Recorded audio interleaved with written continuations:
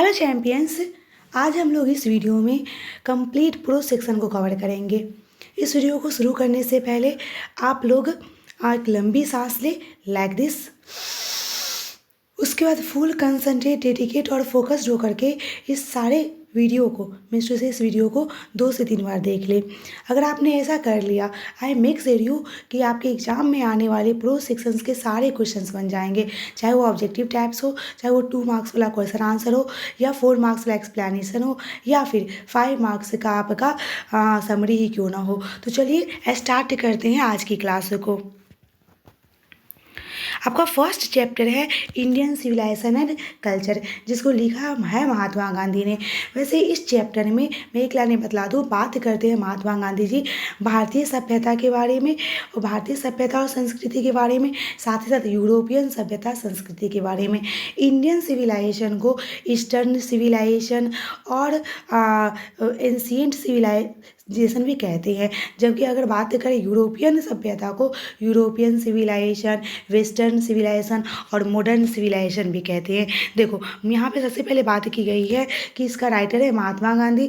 उसको बापू और father of nation के नाम से भी जाना जाता है। उनका जन्म हुआ था 2 अक्टूबर 1869 में और उनकी डेथ हुई थी 13 जनवरी 1948 में। ये जो चैप्टर है वो एक ऐसे है, ठीक है, और इसमें महात्मा गांधी बतलाते हैं कि उन्होंने अपने मेन वेपन के तौर पे, हथियार के तौर पे ट्रुथ और नॉन वायलेंस का इस्तेमाल किया, ठीक है। उनके जो इम्पोर्टेंट बहुत फेमस वर्क है वो है माई एक्सपेरिमेंट विद ट्रुथ, जो कि उनका ही जीवनी, उनका ही ऑटोबायोग्राफी है, ठीक है। उन्होंने यंग इंडिया के लिए बहुत सारे आर्टिकल्स लिखे, ठीक है। उसके बाद उनकी बात करें महात्मा गांधी की, तो ये एक पॉलिटिशियन से ज़्यादा एक स्पिरिचुअल लीडर थे, मतलब एक राजनेता से ज़्यादा एक आध्यात्मिक नेता थे, ठीक है। अब देखो सिविलाइजेशन व्यवहार करने का वह तरीका है, क्या है, सिविलाइजेशन व्यवहार करने का वह तरीका है जो इंसान को उसके कर्तव्यों का रास्ता दिखलाता है। व्यवहार करने का mode of conduct, civilisation is that mode of conduct which points out to man the path of duty. Civilisation, देखो महात्मा गांधी कहाँ जी गए, महात्मा गांधी जी कहाँ गए थे, गुजरात के, तो कहा जा रहा है सिविलाइजेशन की बात करें तो गुजरात में सिविलाइजेशन का मतलब होता है अच्छा व्यवहार, ठीक है। अब थोड़ा बात कर लेते हैं मोटो, यहाँ पे इंडियन सिविलाइजेशन, यहाँ पे मोटो ऑफ वेस्टर्न फिलोसफर होगा।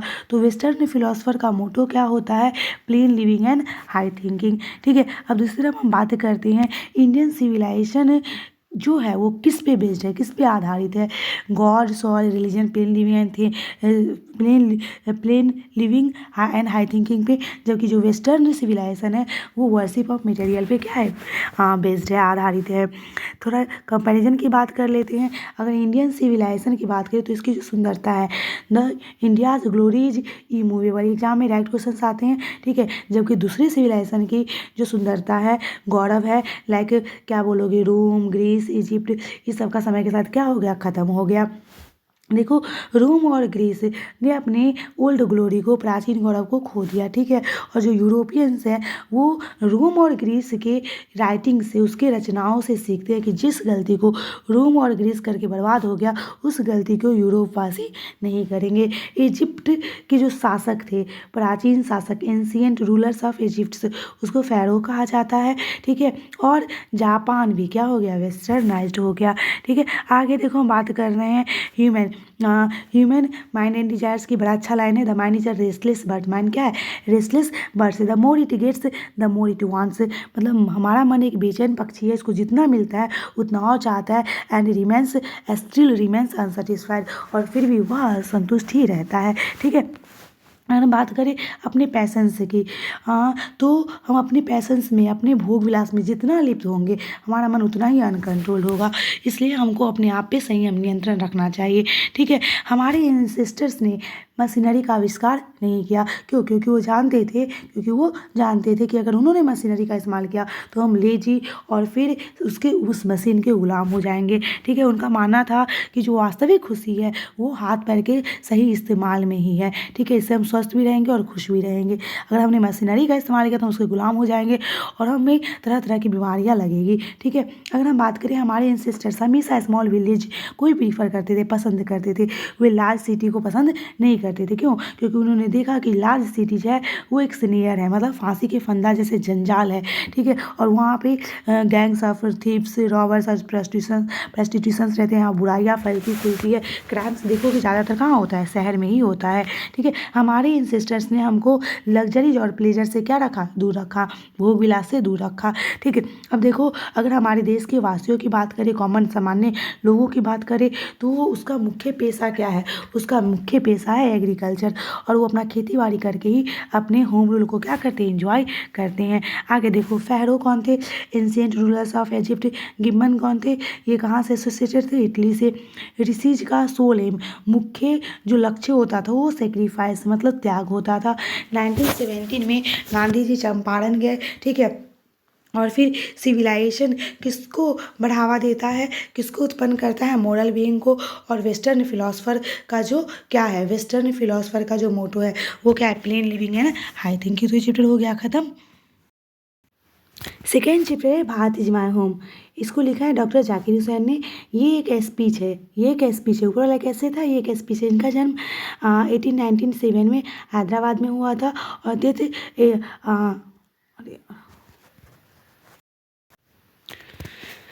इस स्पीच को उन्होंने 1967 में जब वो प्रेसिडेंट के, भारत के प्रेसिडेंट के तौर पे शपथ ले रहे थे तब उन्होंने दिया था, ठीक है। अब देखो वो प्रेसिडेंट बनने से पहले बिहार के गवर्नर बन चुके थे।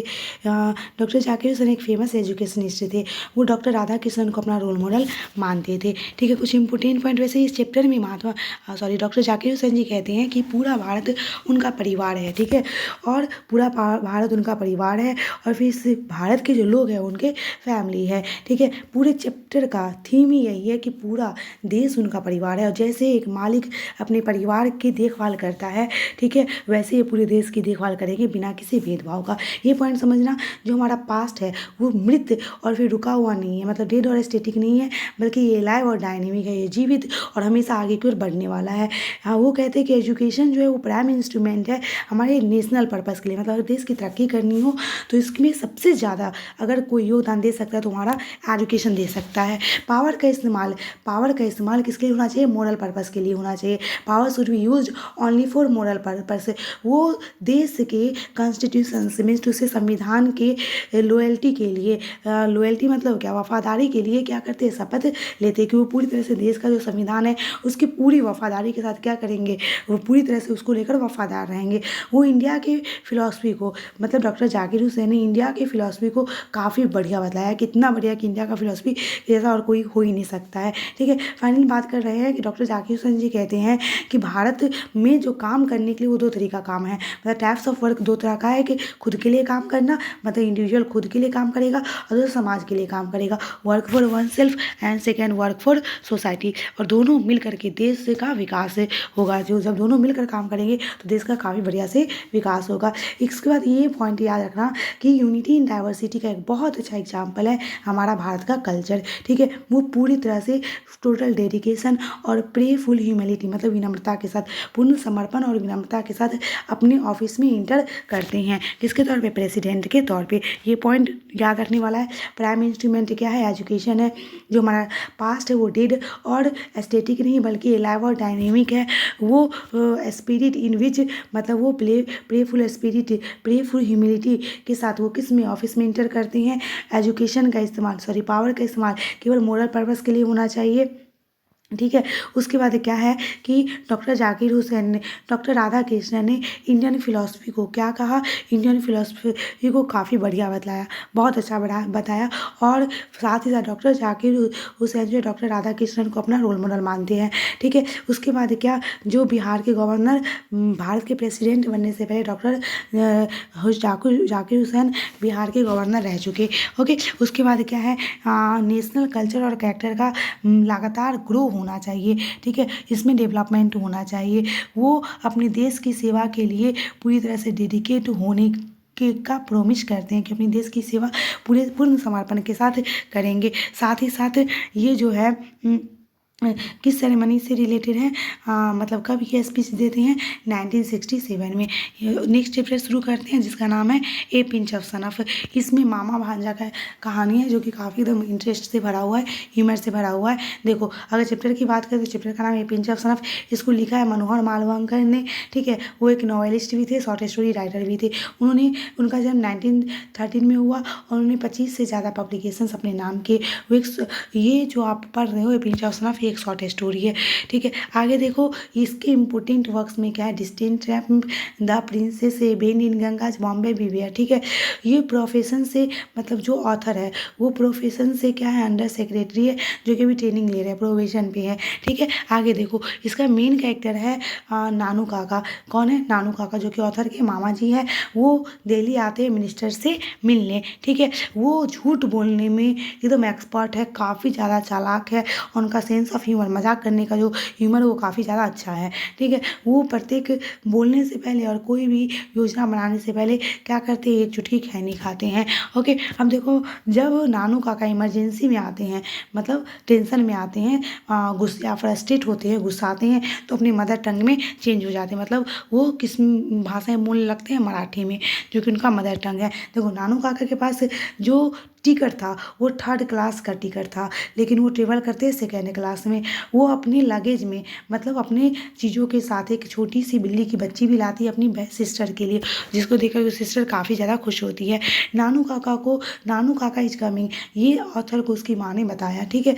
और नानू काका यहाँ 2 से 3 दिन तक रुकेंगे, इसलिए जो ऑथर है वो कितने दिनों की छुट्टी ले ली ऑफिस से, 2 दिनों की, और नानू काका का ड्राइवर बन गए। नानू काका ने ऑथर को व्हाइट जोधपुरी कोट और ऑरेंज टर्बन, ऑरेंज याद रखिएगा, ऑरेंज टर्बन मतलब किस रंग की पगड़ी पहना दिए, ऑरेंज रंग की पगड़ी पहना दिए, ठीक है। थोड़ा अदर कैरेक्टर्स की बात कर लेते हैं तो सोहन लाल रतिराम, ये दिल्ली का पार्टी बॉस है, उसके बेटा का नाम रतिराम है, ठीक है। अब देखो ये जो इनको चाहिए था कार मिनिस्टर से मिलने के लिए, मतलब बड़ा आदमी दिखना था ना, तो ये जाते सिक्का ऑटो डीलर वाले के पास, लेकिन सिक्का ऑटो डीलर वाले कार इसको ऐसे ही रेंट पे नहीं दे देते।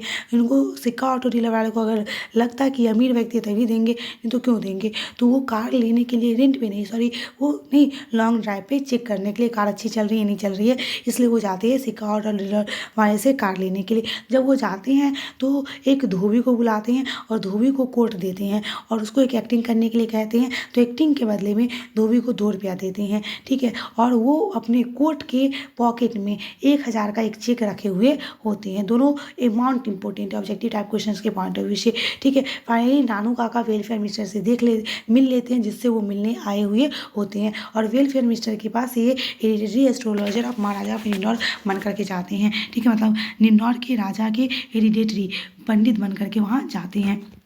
देखो अगर हम बात करें, उनके पास टिकट था 3rd क्लास का, लेकिन ट्रेवल किए 2nd क्लास में। उन्होंने धोबी को कितना रुपया दिया, 2 रुपया। चेक का अमाउंट कितना था, 1000। टर्बन का रंग कैसा था, ऑरेंज था। क्या अपनी बहन के लिए लाई, बिल्ली का बच्चा किटन। और मेन कैरेक्टर नानू काका, और जो ऑथर है वो किस पोस्ट पे है, अंडर सेक्रेटरी के पोस्ट पे है, ठीक है। अगर ये सारे वर्ड्स दिख जाए तो समझ लेना किस चैप्टर से लिया गया है, ए पिंच ऑफ सनफ से लिया गया है।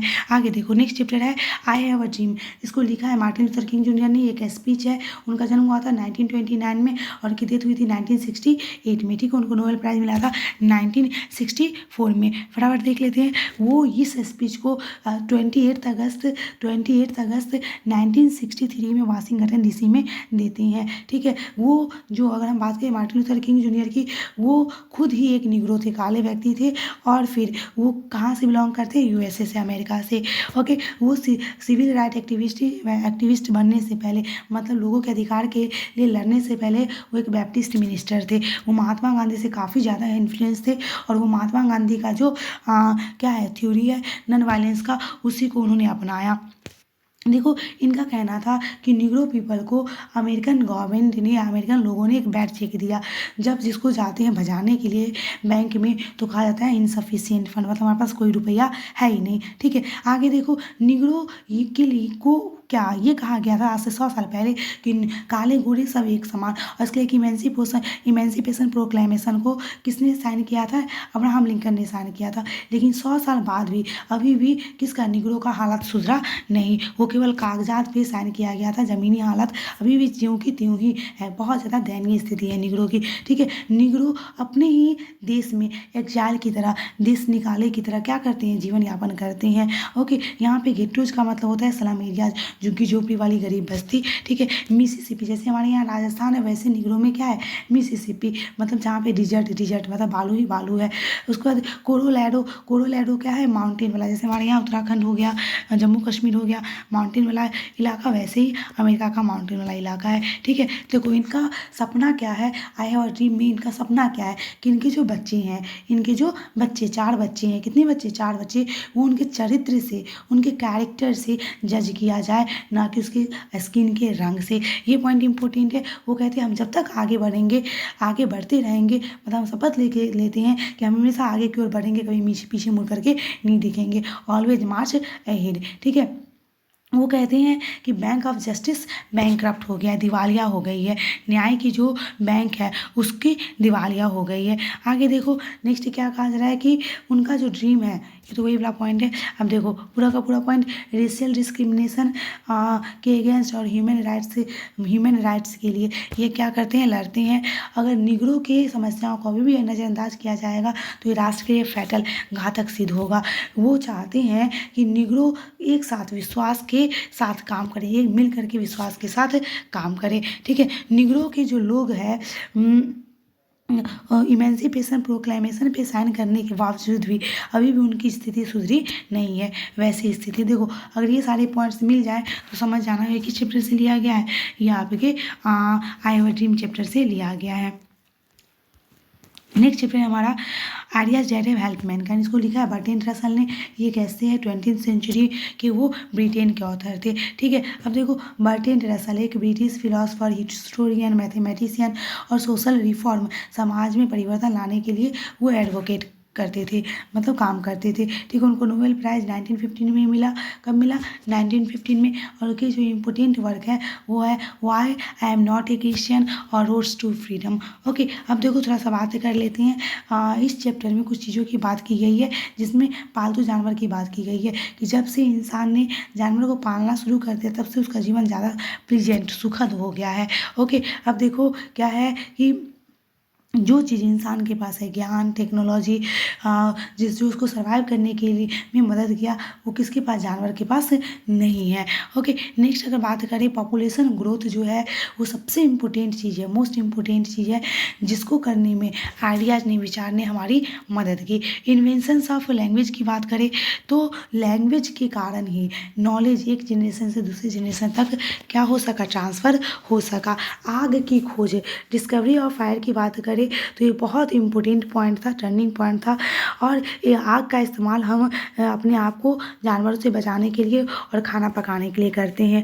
एग्रीकल्चर, जब से एग्रीकल्चर की खोज की गई तब से इंसान एक जगह ठहर करके रहना शुरू कर दिया, नहीं तो वो घुमंतु की तरह जीवन क्या करते थे, यापन करते थे, मतलब सेटल लाइफ जीना शुरू कर दिया। अब रसल्स कहते हैं कि जो विचार है, आइडियाज है, सोच है, वो 2 प्रकार का है, एक नॉलेज एंड टेक्नोलॉजी वाला, टेक्निक्स वाला, और दूसरा मोरल एंड पॉलिटिक्स वाला।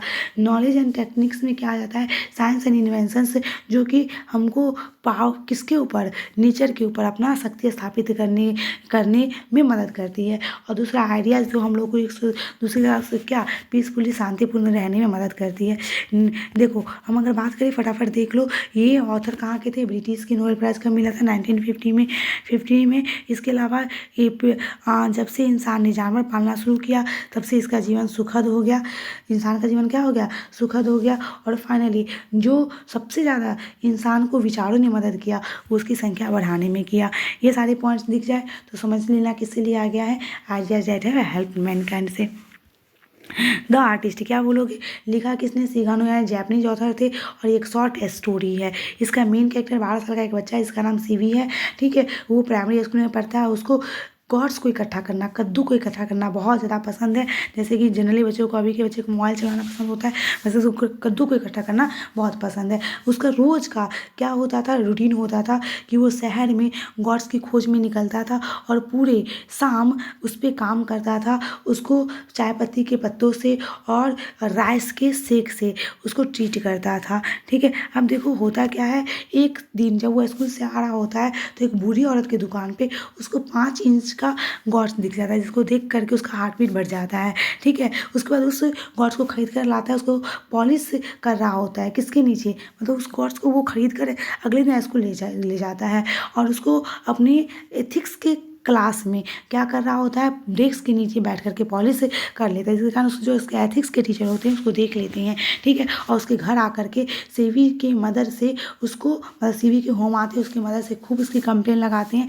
सीवी की मदर उसकी बात को फिर अपने फादर से, सीवी के फादर से कंप्लेन करते हैं। तो सीवी के फादर क्या करते हैं, उसके सारे के सारे गॉड्स को हैमर से तोड़ देते हैं और ख़त्म कर देते हैं, मतलब ख़राब कर देते हैं, तोड़ ताड़ देते हैं। अब देखो ये थोड़ा वो गॉड्स जो उसके टीचर छीन लेते हैं, उस गॉड्स को वो क्या करते हैं, स्कूल के पोर्टर को दे देते हैं। ठीक है, स्कूल के चपरासी को दे देते हैं। वो पोर्टल जिसको सीवी ने 10 सेन में खरीदा था, उस 10 सेन वाले गॉड्स को पोर्टर कितना है, 50 येन में कुरियो डीलर से बेच देता है। आप ऐसे कर सकते हो, जैसे उसको सीवी ने कितना 5 रुपये में खरीदा था, 5 रुपये नहीं 5 पैसे में, सेन मतलब समझ लो पैसे, और फिर येन मतलब रुपया, उसको पोर्टल ने किससे, कुरियो डीलर से 50 येन में बेचा था।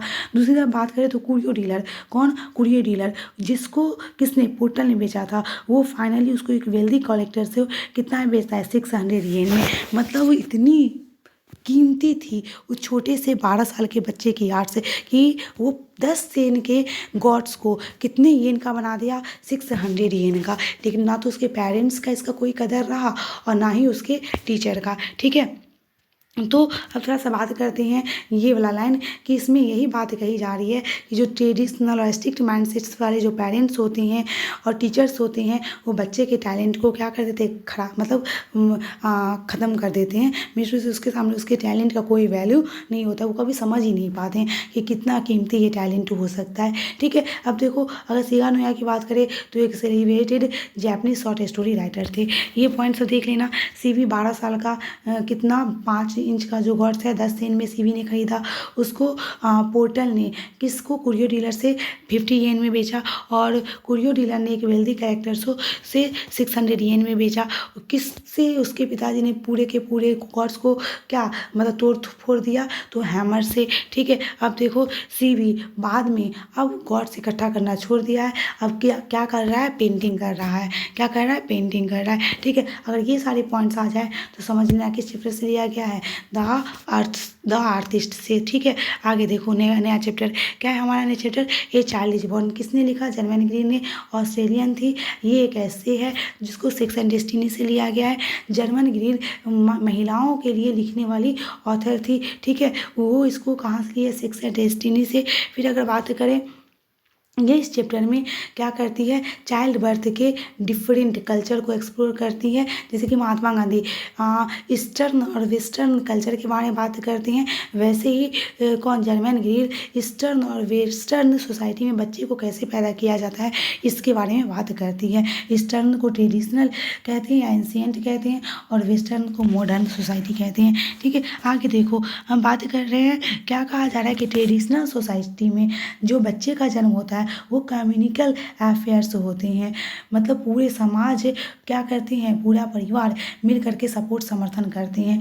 उसमें केवल महिला जो प्रेग्नेंट होती है केवल उसके लिए रिस्पॉन्सिबिलिटी नहीं होती है, बल्कि पूरे के पूरे परिवार का और पूरे सोसाइटी की वो रिस्पॉन्सिबिलिटी होती है। ठीक है, जो प्रेग्नेंट वुमेन्स है वो क्या करती है, सारे रिचुअल्स और प्रोविजंस को फॉलो करती है। रिचुअल की सोसाइटी में, ट्रेडिशनल सोसाइटी में, जो कि उसको स्ट्रेस से बचने में मदद करता है। सिलेक्टिव वुमेन की बात करें तो वो क्या करती है, मैरिड सिलेक्टिव वुमेन क्या, her mother's house for child birth, जब वो प्रेग्नेंट होती है तो बच्चे जन्म देने के लिए कहाँ जाती हैं, अपने माँ के घर, अपने माँ के घर। ठीक है, और वहाँ वो काफ़ी ज़्यादा सिक्योरिटी और फ्रीडम महसूस करती हैं। एक और चीज़, सिलेक्टिव वुमेन जो है वो शादी के बाद अपने हस्बैंड के पास रहने चली जाती है, अपने हस्बैंड के क्या बोलोगे, मदर, हस्बैंड के भाइयों के वाइफ के साथ रहने चली जाती है। जनरली क्या होता है कि जो नेमिंग सेरेमनी होता है, हमारे यहाँ तो 6 दिन में किया जाता है ना, लेकिन यहाँ कितने दिनों में किया जाता है, 7 दिन के बाद, जन्म के 7 दिन के बाद। ऐसा माना जाता है कि जन्म से पहले नए नए कपड़ों का खरीदना बैड लक दे आता है, मतलब बुरा किस्मत को लाता है। और जन्म के बाद जब बच्चे जन्म लेते हैं तो उसके माँ के घर से, उसके ग्रैंड पेरेंट्स के घर से, नाना नानी के घर से बच्चे के लिए, उसकी माँ के सबके लिए कपड़े वपड़े आते हैं। ठीक है, आगे देखो, चाइल्ड बर्थ कहाँ, वेस्टर्न सोसाइटी की बात करें, क्या होता है, टेक्निकल होता है और मेडिसिनाइज्ड होता है, मतलब दवाई ववाई पे पूरी तरह से डिपेंड होता है। जबकि जो ईस्टर्न कल्चर है, जो आपका ट्रेडिशनल कल्चर है, उसमें ये पूरी तरह से इमोशनल और कल्चरल होता है, जैसे मेडिसिन वगैरह का इस्तेमाल खास नहीं होता है। ठीक है, आगे देखो क्या है, किसी भी महिला को शादी के बाद, सिलेक्टिव वुमेन की खास करके बात हो रही है, तो ट्रेडिशनल सोसाइटी में महिला को शादी के बाद उसके परिवार में उस परिवार का सदस्य का स्टेटस जब ही मिलता है जब वो एक बच्चे को क्या करती है, जन्म देती है। और वो बच्चा खास करके क्या होना चाहिए, कुल का दीपक, घर का चिराग लड़का होना चाहिए। ठीक है, आगे देखिए क्या कहा जा रहा है, डिस्पाइट ट्रेडिशनल केयर, मतलब बहुत अच्छे से ख्याल व्याल रखने के बाद भी हमारी ट्रेडिशनल सोसाइटी है उसमें क्या होता है, मोर्टेलिटी रेट, मतलब मृत्यु दर क्या होता है, ज़्यादा होता है मेडिकल फैसिलिटीज़ की कमी के कारण। अब देखो क्या कहती है, जर्मन ग्री कहती है जो ट्रेडिशनल वुमेन है वो शायद ही अपना आवाज़ उठाती है प्रेगनेंसी को लेकर के, लेकिन अगर जो वेस्टर्न सोसाइटी की महिलाओं की बात करें तो वो प्रेग्नेंट होना नहीं चाहती, वो इसको लेकर के, चाइल्ड बर्थ को लेकर के क्या करती है, अपना आवाज़ उठाती है। जर्मन ग्रीस की राइटर है, birth place Australia, naming ceremony 7 दिन के बाद। ठीक है, और फिर देखो एट मदरसा हाउस, कहाँ चली जाती है ट्रेडिशनल सोसाइटी में महिलाएं चाइल्ड बर्थ के दौरान, मदरसा हाउस पे। वेस्टर्न जो बर्थ है ये क्या होता है, हॉस्पिटल वाला और टेक्निकल वाला होता है। उनके बुक का नाम सेक्स एंड डेस्टिनी है। अगर ये सारी चीज़ देख जाए तो समझ जाना कि चैप्टर से लिया गया है, ये आपके लिया गया है, बताओ कि चैप्टर से लिया गया है। ये चाइल्ड इज बर्थ से traditional society, selective women, rituals at taboos, pregnancy, child birth, Seemant ritual, उसका मैटरनल हाउस और वेस्टर्न मेडिकल टेक्नोलॉजी। फिर नया चैप्टर है how free is the press, इसको लिखा है किसने, बताओ, डोरोथी एल सेयर्स ने, ब्रिटिश है। और फिर ये एक ऐसे है, how free is the press का एक ऐसे है। डोरोथी एल सेयर्स की बात करें तो ये इंग्लिश एक क्राइम राइटर है, पोएट है और प्ले राइट्स है। ठीक है, ये रिकॉग्नाइज, मतलब वो फर्स्ट वुमेन है जिन्होंने ऑक्सफोर्ड यूनिवर्सिटी से क्या किया था, ग्रेजुएशन किया था। साथ ही साथ ये जो ऐसे है वो डिस्कशन करता है कि फ्री प्रेस कैसे केवल गवर्नमेंट के द्वारा रेस्ट्रिक्ट नहीं किया जाता है, जबकि कभी कभी जो प्राइवेट इंटरेस्ट के द्वारा प्रेस पे कंट्रोल किया जाता है, मतलब बड़े बड़े हस्तियों के द्वारा, खास करके जो ऑनर होते हैं उसके द्वारा, उसके एडवर्टाइजर के द्वारा। ठीक है, अगर कहीं पे प्रेस क्या है, फ्री प्रेस है तो वो ट्रू डेमोक्रेसी है। मतलब ट्रू डेमोक्रेसी के लिए प्रेस का फ्रीडम बहुत ही ज़्यादा ज़रूरी है। वार टाइम के दौरान प्रेस पे जनरली थोड़ा रेस्ट्रिक्शन लगाया जाता है ताकि नेशनल सिक्योरिटी को क्या किया जाए, कायम रखा जाए। ओके, अब थोड़ा सा देख लो, जनरली जो फ्रीडम ऑफ प्रेस है इसका मतलब होता है कि गवर्नमेंट के द्वारा कोई सेंसरशिप या टैक्सन ना लगाना। दो चीफ फैक्टर्स या प्रेस को कंट्रोल करने वाले दो जो मेन कारक हैं वो क्या है, एक एडवर्टाइजर, दूसरा ऑनर। एडवर्टाइजर से क्या मिलता है, काफ़ी रुपया मिलता है, और ऑनर होता है तो ऑब्वियसली उसका चलेगा ही चलेगा। आगे देखो क्या होता है यहाँ पे, प्रेस जनरली मिस रिप्रेजेंटेशन करता है, न्यूज़ का क्या करता है, मिस रिप्रेजेंटेशन करता है। वो गार्बल रिपोर्टिंग करता है, अपने मन से कुछ भी डाल देता है, सेंसेशनल हेडलाइन डालता है जिससे सनसनी फैले, उसका न्यूज़ लोग पढ़े। ठीक है, और ये जनरली क्या करता है, वैसा न्यूज़ नहीं देता है जो एक्चुअल होता है, वो वैसा न्यूज़ देने का प्रयास करता है जिससे मार्केट में उसकी ज़्यादा क्या हो, बिके, न्यूज़पेपर बिके। ठीक है, फाइनेंशियल डिपेंडेंस की बात करें तो फाइनेंशियली जो न्यूज़पेपर हो वो केवल जो रीडर्स है, हम लोग जो न्यूज़पेपर खरीदते हैं उस पर वो सर्वाइव कर ही नहीं सकता है। इसके लिए ज़रूर क्या करना पड़ेगा, उसको एडवर्टाइजमेंट करनी पड़ेगी। क्योंकि जितना रुपया उसको एडवर्टाइजमेंट वालों से मिलता है उतना रुपया बेच करके, केवल न्यूज़पेपर बेच करके उसको नहीं मिल सकता है। क्योंकि उसको मशीन का, पेज का और उसके यहाँ जो स्टाफ काम करते सबको रुपया देना होता है, लेकिन न्यूज़पेपर बेचने से उसको उतना रुपया मिल पाता नहीं है। ठीक है, अब देखो जो एडिटोरियल पॉलिसी है, मतलब खास करके जो न्यूज़ बीच वाले पेपर पे होता है, या वो किसके द्वारा कंट्रोल किया जाता है, वो कंट्रोल किया जाता है ऑनर के द्वारा या प्रोप्रिएटर के द्वारा, मतलब उसके मालिक के द्वारा। पब्लिक ओपिनियन की जगह वो जनरली क्या करते हैं, वो खुद से अपना न्यूज़ मैन्युफैक्चर करके न्यूज़ छाप देते हैं। तो देखो चैप्टर का नाम तो पता है ही, how free the press. Writer क्या, डोरोथी सेयर से वार टाइम में न्यूज़ पे रिस्ट्रिक्शन लगा दिया जाता है और फिर इसकी कमाई एडवर्टाइजर पे और ऑनर्स पे डिपेंड होती है। ओके, और क्या होना चाहिए, अच्छे रिपोर्टर की क्वालिटी की एक्यूरेसी होनी चाहिए, जो कि जनरली नहीं होता है। ठीक है, आगे देखो मेन गोल जो प्रेस का होता है वो पब्लिक के विचारों को इन्फ्लुएंस करके अपना न्यूज़पेपर बेचना होता है। ठीक है, और ये सारी वर्ड्स दिख जाए तो समझ जाना हाउ फ्री द प्रेस का है ये वाला पॉइंट। आगे देखो नेक्स्ट चैप्टर है द अर्थ। द अर्थ को लिखा है H.E. बेट्स ने। किसने लिखा है? H.E. बेट्स ने। जन्म कब हुआ था? 1960। डेट वेट नहीं याद रखना है तो केवल ईयर याद रखना है। और 1905 में, और डेथ कब हुआ था? 1974 में। ठीक है, ये कहाँ के मतलब ऑथर थे? ब्रिटिश के इंग्लिश ऑथर थे। और ये जो जेनरे है, मतलब ये जो आप पढ़ रहे हो द अर्थ, वो एक शॉर्ट स्टोरी है। इसमें एक लड़के की बात हो रही है जिसका नाम है बेंजी। वो स्टार्टिंग में तो सिंपल माइंडेड सन था, जो कि धीरे धीरे बहुत ज़्यादा धूर्त बन गया। बहुत ज़्यादा क्या बन गया? धूर्त बन गया। इसके अलावा बात करें तो उसके पिताजी का नाम जॉनसन था।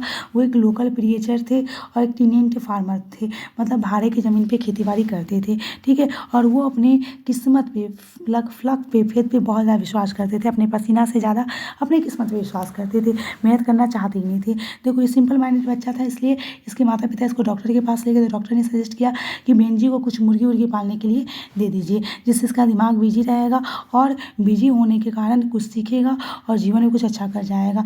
बेंजी ने ये काम शुरू किया। उसने शुरू में कुछ मुर्गियाँ उसके माता पिता खरीद कर दे दिए, लेकिन फाइनली वो अपने इलाके का बिग पोल्ट्री फार्मर, बहुत अमीर व्यक्ति बन गया। ठीक है, बेंजी ने एक ज़मीन खरीदा, किससे? सैंडर्स से, जिससे लेकर के ज़मीन इसके माता पिता किस पे रह रहे थे? रेंट पे रह रहे थे। तो जिस ज़मीन पे इसके माता पिता रेंट पे रह रहे थे, उसी ज़मीन को फर्दर किसने? बेंजी ने खरीद लिया। और हमारी सोसाइटी में जब कोई व्यक्ति ज़मीन खरीदता है तो उसका स्टेटस सोसाइटी में क्या होता है? बहुत ज़्यादा बढ़ जाता है। तो इस तरह से बेंजी एक बहुत अमीर व्यक्ति अपने सोसाइटी का बन गया। ठीक है, बेंजी को पूरे जीवन भर मुर्गी के अलावा कुछ दिखा ही नहीं, लेकिन जब इसके पोल्ट्री फार्म में एक लड़की आई जिसका नाम था फ्लोरेंस, उसको पॉलिनेटर से प्रेम हो गया, मतलब उसको वो बहुत पसंद आया, मतलब आई। और फाइनली वो अपने माता पिता की इच्छा के अगेंस्ट जाकर के उस लड़की से क्या कर लिया? शादी कर लिया। ठीक है, तो बेंजी की वाइफ का नाम क्या है? फ्लोरेंस। अब देखो क्या है, बेंजी अपने वाइफ फ्लोरेंस के कहने पे अपने माता पिता को क्या कर दिया? अपने घर से बाहर निकाल दिया और एक जाकर के फुटपाथ पे अपनी गाड़ी पे बैठा करके छोड़ करके आ गया। इम्पोर्टेंट बात करें तो कुछ चीज़ें, जैसे कि बेंजी जब 21 साल का हुआ तो पूरे बचपन से लेकर के जो रुपया बचाया गया था उसके माँ बाप के द्वारा पोल्ट्री फार्म से, उसको बेंजी के माता पिता ने बेंजी को दे दिया। ठीक है, बेंजी के माता पिता ने जब बेंजी को वो चेक दिया था, मतलब रुपया दिया था, पासबुक दिया था, तो उसका मानना था, उसका ये विश्वास था कि इसको थैंक यू बोलेंगे, नहीं तो कुछ रुपया शेयर करेंगे, लेकिन ऐसा बेंजी ने कुछ किया नहीं, जिसके कारण उसके माता पिता काफ़ी ज़्यादा दुखी हो गए। ठीक है, अब ये स्टोरी दिखलाते हैं कि कैसे कि एक सिंपल माइंडेड बच्चा है, वो फाइनली क्या कर देता है? अपने पेरेंट्स के साथ अपना रिश्ता ख़राब कर लेता है। आगे देखो ये चीज़ याद कर लेना कि चैप्टर ऑथर का नाम तो भूलना है ही नहीं, जन्म कब हुआ था और डेथ कब हुई थी, और इसमें ये डेट नहीं याद करना, केवल ईयर याद कर लेना। अब देखो अगर ये सारी चीज़ें रहेगी तो समझ लेना कि आप किस चैप्टर के हो, मतलब किस चैप्टर का है ये? द अर्थ का। नेक्स्ट सुनो, India through travellers eyes. India through travellers eyes, इसको लिखा पर्लेस बक ने। जन्म कब हुआ था? 1892 में। डेथ कब हुई थी? 1973 में। ओके, ये महिला है, मतलब थर्ड महिला आपकी बुक की। अब देखो क्या है, ये कहाँ की थी, अमेरिका की, लेकिन रह कहाँ रही थी, चाइना में। ठीक है, इनको नोबेल प्राइज़ मिला था कब, 1938 में, 1938 में। ठीक है, अब देखो फटाफट, ये इंडिया आई थी। इंडिया यहाँ के मॉन्यूमेंट्स मतलब ऐतिहासिक भवन जैसे कि ताजमहल वगैरह देखने नहीं आई थी, पर फिर भी इन्होंने ये सब चीज़ को देखा। वो इंडिया दो ग्रुप के लोगों को से इसको सुनने आई थी, शहर के युवा वर्ग, बुद्धिमान लोग, और गांव के पीजेंट्स मतलब किसान लोग। ठीक है, इससे मिलने आई थी। अगर बात किया जाए तो उसके जो पेरेंट्स थे वो क्रिश्चियन मिशनरीज थे। मिशनरी मतलब अपने धर्म के प्रचार प्रसार करने के लिए वो चाइना में आए हुए थे। ठीक है, उसी के साथ ये पली बड़ी थी। वो बहुत ज़्यादा मतलब इंडियन लोग हैं, वो बहुत ज़्यादा डिसअपॉइंटेड है, और उसके मन में बहुत ज़्यादा कड़वापन है ब्रिटिश रूल को लेकर के। क्यों? क्योंकि सेकेंड वर्ल्ड वार के बाद भी इंडियंस को ब्रिटिश रूलर ने क्या नहीं दिया, आज़ादी नहीं दिया। ठीक है, अब थोड़ा सा बात कर लेते हैं किसके बारे में। उन्होंने इंडियन पीजेंट्स को चाइनीज़ पीजेंट से भी ज़्यादा करीब पाया। बहुत इंपॉर्टेंट है कि चाइनीज़ जो किसान है उससे से भी गरीब कहाँ के किसान हैं, इंडिया के किसान थे उस टाइम में। अब देखो उन्होंने ऑब्जर्व किया कि रिलीजियन इंडिया के लाइफ के हर एक पहलू में प्रेजेंट है। मतलब हमेशा इंडियन लाइफ में जो चीज़ प्रेजेंट होती है वो यहाँ का धर्म होता है, रिलीजन होता है। ओके, उन्होंने महात्मा गांधी की प्रशंसा की कि कैसे उन्होंने पूरे देश को स्वतंत्र करा दिया। ठीक है, आगे देखो, इंडिया में जब उनको एक परिवार ने इनवाइट किया अपने घर पे खाना खाने के लिए, तो उसको फ्रेश ताज़ा ताज़ा केले के पत्ते पे भोजन क्या किया गया था, सर्व किया गया था। मतलब प्लेट में ही सर्व किया गया था, ताज़ा ताज़ा केले के पत्ते पे भोजन सर्व किया गया था। हमारे यहाँ जनरली राइट हैंड का इस्तेमाल अच्छे काम के लिए किया जाता है, लाइक खाने पीने के लिए, और लेफ्ट हैंड का काम किसके लिए किया जाता है, हाइजीन वाइजीन को मेंटेन करने के लिए, साफ़ सफाई के लिए।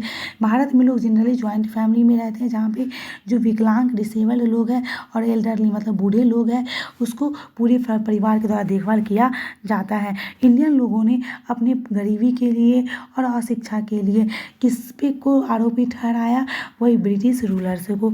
याद रखिएगा, राइटर पर्ल एसबर्ग है, अमेरिका की है, 1938 में नोबेल प्राइज़ मिला था। चाइनीज़ पीजेंट से भी ज़्यादा इंडिया के पीजेंट से गरीब है, और भोजन को बनाना के पत्ते पे सर्व किया जाता है।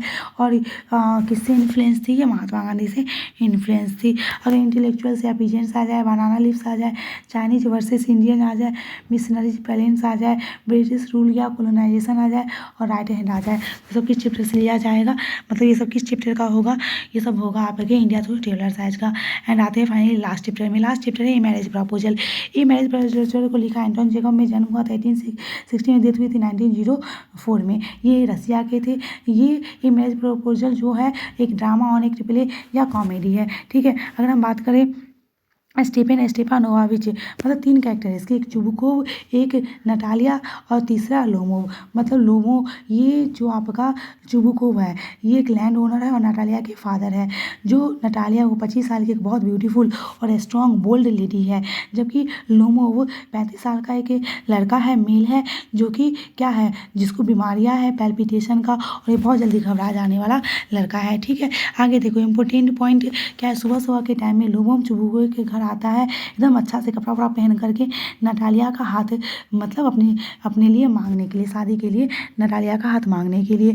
और देखो तब तो चुबुकोव क्या आ जाता है, अपनी बेटी को जा करके इसके पास भेज देता है, लोमोव के पास, कि जाओ उससे बात कर लो, तुमसे कुछ बात करने आया है। लेकिन जब लोमोव और नटालिया एक दूसरे के पास आते हैं तो उसके बीच में झगड़ा शुरू हो जाता है। शादी के बाद की जगह पे क्या करने लगते हैं, दोनों एक दूसरे से झगड़ा करने लगते हैं। वो ऑक्स मीडोज को लेकर के झगड़ा करने लगते हैं। मतलब पहली बार ऑक्स मीडोज को लेकर झगड़ा होता है, दूसरी बार फिर वो किसके बारे में झगड़ा करने लगते हैं कि किसका कुत्ता अच्छा, मेरा कुत्ता अच्छा तो मेरा कुत्ता अच्छा। ठीक है, लोमोव का कुत्ता का नाम ग्यूस होता है जो 125 रूबल्स का होता है। नटालिया का कुत्ता का नाम क्या होता है, लिप होता है, जो 85 रूबल्स का होता है। ठीक है, याद रखिएगा, writer Anton Jacob nationality Russian का, और नटालिया का एज 25 ईयर्स, लोमोव का एज 35 ईयर्स।